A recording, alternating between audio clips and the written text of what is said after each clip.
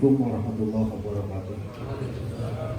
Nama saya Sufyan Syarif, bagian daripada kajian Majlis An-Nidham, dan saya mewakili para jamaah sangat berterima kasih atas kedatangan wabil khusus Habib Taufik bin Abdul Qadir As-Segaf dan rombongan juga, dan kami dididik oleh guru kami yaitu Abuya agar mencintai para duri Rasulullah SAW. Bahkan selalu tegaskan, mata fi hubbi ali Muhammad mata sa'udah wa man mata fi bukti ali Muhammad mata syakiyah. Maka kami sekalian para jamaah dididik oleh beliau agar selalu mencintai para duri Rasulullah SAW. Wabil khusus dengan Sayyidul Habib, ada yang menyelap dalam hati tentang apa sih makna Thariqah Ba'alawi dan siapa pendirinya. Kemudian pertanyaan kedua tentang hadis man ra'a minkum munkaran falyughayyirhu biyadihi paling lam yastati' fa bilisan wa in yastati' fa biqalbi. Bahkan ada lagi yang meneruskan kesananya wadalik adalikman pama waro adalika palesa hadun bil iman. Sedangkan di negara kita ini seakan-akan bagian daripada nahi munkar itu di kota-kota gitu. Itu yang ini adalah bagian umara, yang ini bagian ulama, yang ini adalah bagian masyarakat. Jadi yang saya pertanyakan dalam hadis ini, apa sih makna sebetulnya hadis ini? Apakah betulkah ada semacam pengotak-ngotakan gitu dalam nahi munkar? Terima kasih atas jawabannya. Wassalamualaikum warahmatullahi wabarakatuh. Thariqah Alawiyah itu punya arkan. Rukun Thariqah Alawiyah itu ada 5. Pertama ilmu. Kedua al-amal, mengamalkan ilmu. Ketiga ikhlas dalam amal. Keempat al-wara', dia harus betul-betul berhati-hati jangan sampai tersentuh dengan syubhat apalagi haram. Yang kelima al-khauf, tetap takut kepada Allah, khawatir amal ikhlasnya semuanya tidak diterima oleh Allah Subhanahu wa taala. Itu adalah rukun Thariqah Alawiyah. Karena itu kalau masuk Thariqah Alawiyah sebetulnya bagi Alawi khususnya harus 5 hal ini dikenal dan dipenuhi. Thariqah Alawiyah pencetusnya adalah Sayyidina Al-Faqih Al-Qaddam Muhammad bin Ali Muhammad Sahibul Marbat bin Ali bin Alawi Khalagasa bin Alawi bin Muhammad bin Alawi bin Ubaidillah bin Ahmad Muhajir bin Isa bin Muhammad Al-Nagib bin Ali Al-Uraidi bin Ja'far Sadiq bin Musa Al-Kadhim bin Ali bin Muhammad Al-Bagir bin Ja'far bin Muhammad Al-Bagir bin Ali Zain Al-Abidin bin Hussein bin Ali bin Abi Thalib Fatimah bin Zahra binti Rasulullah sallallahu alaihi wasallam. Beliau adalah menggabung 2 thariqah. Yang pertama untuk islahul zahir dengan manhajnya Imam Ghazali. Kedua untuk tazkiyatul batin dengan Bil Hasan Asy-Syadzili. Nah, karena itu yang masuk Thariqah Alawiyah berarti sudah masuk dalam Thariqah Ghazaliyah dan termasuk Thariqah Syadziliyah. Itu inti daripada Thariqah Alawiyah. Dan Thariqah Alawiyah nggak perlu dibaiat, langsung ikut. Langsung ikut.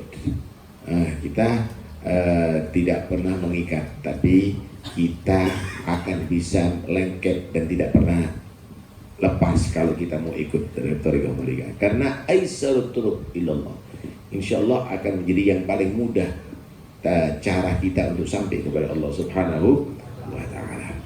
Tariqah alawiyah. Nah, tariqah alawiyah didasari dengan mengikuti Al-Quran, mengikuti Nabi, dan mengikuti salafus saleh. Mengikuti ilzam kitab Allah, wattaba' sunnatan waqtad hadakallah bil aslafi, mengikuti salafus saleh. Karena itu kalau ada orang yang tidak mengikuti salafus saleh walaupun alawi, dia tidak dalam tariqah alawiyah. Dia tidak dalam tariqah alawiyah. Nah, karena itu antum tadi menyebutkan mahabbatu ahli bait itu adalah memang fardu ain hukumnya. Cuma jangan mahabbah emosional, tapi mahabbah rasional. Jangan mahabbah emosional, tapi mahabbah rasional. Antum cinta sama anak, tapi jangan emosional dong. Anak nggak sholat dibiarin, anak malas belajar nggak diingetin, ya jangan. Tapi yang rasional, nasihati anak, ajak anak sholat, ajak anak untuk belajar yang dengan giat. Begitulah kamu dalam cinta kepada ahli bait. Ketika mereka dalam mukhalafah, tidak benar akhlaknya, cintanya kamu adalah untuk membenarkan akhlaknya. Bukan memusuhi, tapi tetap cinta yang rasional, bukan cinta emosional. Cinta saya. Orang mengaku cinta kepada Sayyidina Husain, mukul-mukul dadanya, melukai dirinya, itu cinta emosional, nggak benar. Mengaku cinta kepada Sayyidina Husain, akhlaknya, ibadahnya, kedermawanannya, terus taatnya kepada Allah, begitu, itu namanya cinta rasional. Itu yang harus kita terapkan dalam hidup kita. Itu harus terapkan dalam hidup kita. Tapi jangan berubah cintanya, tetap aja cinta. Tapi tidak boleh cinta dari itu terbawa dengan emosi. Nah, anak sedikit menceritakan ada satu Sultan Al-Qadiri ada di Siwon. Dia adalah sultan itu ya wali kota mungkin ya. Dia kelihatan ada satu sayyid kok nggak seperti yang lainnya, yang biasanya di masjid baca kitab, ada rohah, ini kok misalnya main kartu atau yang lainnya misalnya, ditangkap masuk ke penjara. Ini sultan muhib ahli bait, cinta sama ahli bait. Kalau nggak salah Hafidz Bukhari ini sultannya. Ini sayyid kenapa dari penjara? Karena kamu nggak seperti sayyid lain, kata dia. Loh, apa salah saya? Salah kamu nggak seperti mereka. Itu hak saya juga mengatur rakyat. Akhirnya buat satu perjanjian, harus hadir majelis, harus belajar, harus dicatat semuanya dan dikontrol. Sampai terbuka hati ini saya, sampai jadi alim besar. Akhirnya setiap mau mengajar kitab, sebelum Fatihah kepada datuk-datuknya sampai ke pegang bedam, Fatihah kepada Sultan Al-Qadiri ini. Ditanya, kenapa nggak datuk enti dulu? Kenapa nggak bedam? Kalau nggak karena usahanya Sultan ini bagi anak mungkin nggak kenal dengan datuk-datuknya anak. Ini adalah mahabbah rasional. Itulah kami minta antum semuanya jangan benci ahli bait, tapi antum harus mahabbah rasional.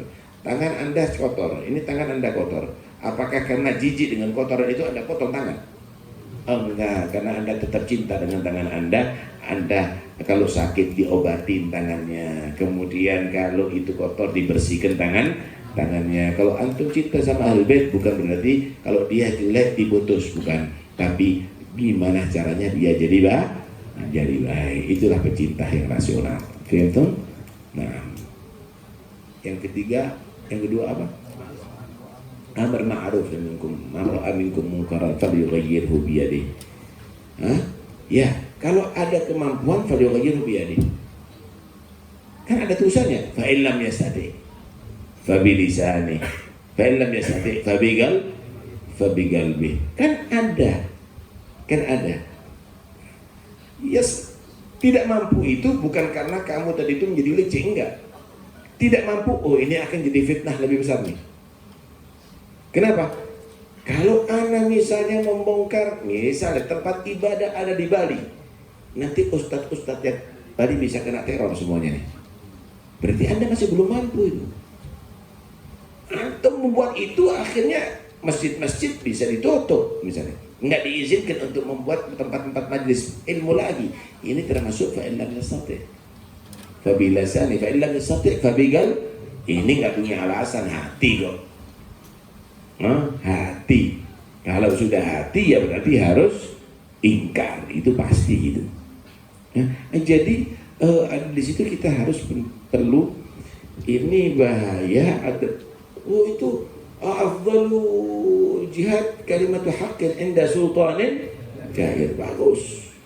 Anda menyatakan hak kepada sultan jahil, nggak ada masalah. Tapi jangan sekiranya tidak sampai fitnah, mereka akan mendolimi orang lain karena sebab kamu.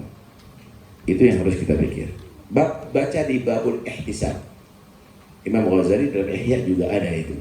Sekiranya tidak ada madarat kepada yang lain, akhirnya ibunya kamu, anaknya kamu, tetangganya kamu, murid-muridnya kamu nggak bisa belajar. Ini akhirnya menjadikan kerugian nantinya. Karena itu dilihat fa'ilan nasabti fa'ilan, tapi hati nggak boleh setuju. Hati wajib itu ingkar. Fabi lisani, kamu laksanakan ketika kamu itu mampu, nggak ada masalah. Malah Al-Habib Abu Bakar Adni al-Masyhur, beliau berkata, itu fi marhalah sultan jahil. Kalimatu haqqin, menyampaikan yang hak. Inti ngajar kitab Ihya ini kalimatu hak. Inti ngajar fikih kalimatu hak. Kamu ngajar murid-murid kamu kalimatu hak. Inda sultan jahil ay fi marhalati sultan jahil. Ketika pemimpinnya itu adalah zalim, tetap kamu mengajar kalimatu hak, ngajarkan yang hak. Jadi sebetulnya di situ bukan berarti kita harus ribut, tapi kita harus betul-betul cerdas bagaimana cara kita narasi. Dan ini nggak mungkin akan antum bisa robah seperti zamannya Nabi, nggak mungkin, karena sudah mansus. Ada amrun yunkar alaihi wala yustankar. Ini urusan wajib kita ingkari, tapi nggak bisa kita hindari karena sudah mau'ud. Nabi menyatakan al-khilafatu ba'di 30 sanah thumma yakunu ba'da dzalika mulukun abud. Khilafah yang beneran itu setelahku 30 tahun. Sayyidina Abu Bakar, Sayyidina Umar, Sayyidina Utsman, Sayyidina Ali, tambahin 6 bulan Sayyidina Hasan, persis 30 tahun. Setelah itu adalah pemimpin yang zalim. Kalaupun ada perubahan nggak lama, Sayyidina Umar bin Abdul Aziz nggak lama. Nanti Mahdi yang akan bisa muncul. Mahdi yang akan bisa muncul dan bisa mengalahkan itu semuanya kecuali karena yamla'ul arda addan kama muli'at jawra, kata Nabi sallallahu alaihi wasallam. Karena itu tetap orang-orang yang menegakkan yang hak itu tetap di setiap zaman pasti ada. Enggak mungkin enggak ada. La tazalu ta'ifatun min dhahirin 'ala haq la yadurruhum man na'ahum hatta yatiya amrullah. Karena itu enggak mungkin enggak ada, pasti akan ada. Cuma kita harus betul-betul jeli ada di sini, karena sebetulnya mereka kadang-kadang memancing kita untuk melakukan satu gerakan supaya bisa menutup yang lainnya, dan itu adalah berbahaya. Karena itu Nabi SAW menyatakan alaika bi khawaisati nafsik, ada riwayat bi khasati nafsik, ada riwayat bi khawasi nafsik. Nah, Nabi ini luar biasa ngatur strategi. Kalau sudah nggak mampu, sulit, ini lewat ini nggak bisa, ini nggak bisa, ini nggak bisa, orang-orangnya udah nggak bisa ditembus. Alaika bi khawaisati nafsik. Kalau untuk orang yang pribadi, dirinya sendiri, urusin dirinya sendiri, jangan sampai terbawa dengan fitnah yang ada. Oke? Ada riwayat bi khawaisati nafsik.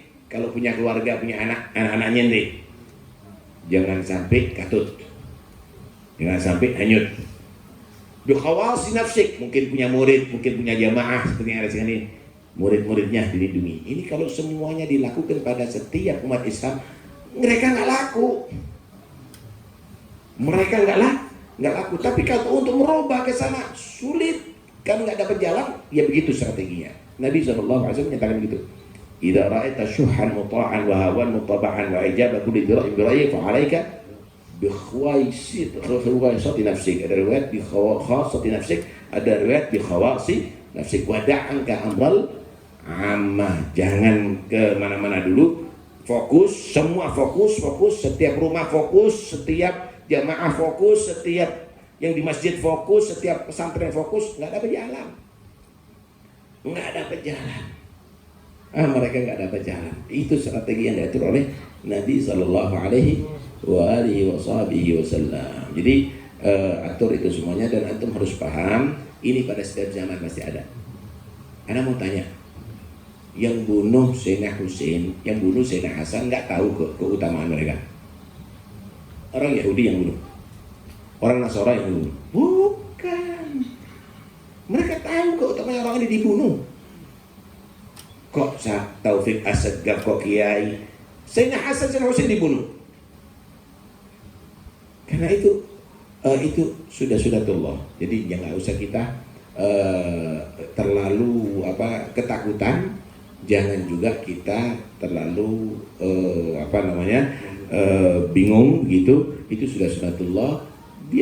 Kita tenang aja, ya. Kita tenang aja, kita jalan. Yang ada semuanya ini benteng bagi umat Islam. Yang ditakuti itu adalah bukan apa. Antum masih mau belajar ilmu, antum masih belajar ihya, antum masih cinta dengan orang soleh, antum masih cinta dengan wali songo, antum masih cinta dengan habaib. Itu ditakuti sebenarnya. Semenjak antum masih ke sana, nggak akan bisa mereka akan menyentuh antum. Nah, kalau sudah nggak senang, ini kan sudah mulai dimunculkan. Yang nggak senang sahabat dimunculkan, didukung. Yang nggak senang dengan aulia, disyirik-syirikan aulia dimunculkan, muncul. Ini semuanya untuk mengurangi kekuatan umat Islam. Antum ini yang jadi kekuatan umat Islam. Terus bertahan. Terus bertahan. Karena itu guru-guru antum ini yang dilepas nih, yang begini-begini. Ya, ini adalah unik sebenarnya. Di zaman sekarang ini sangat sedikit yang model begini. Mudah-mudahan insya Allah terus ada irtibat. Amin.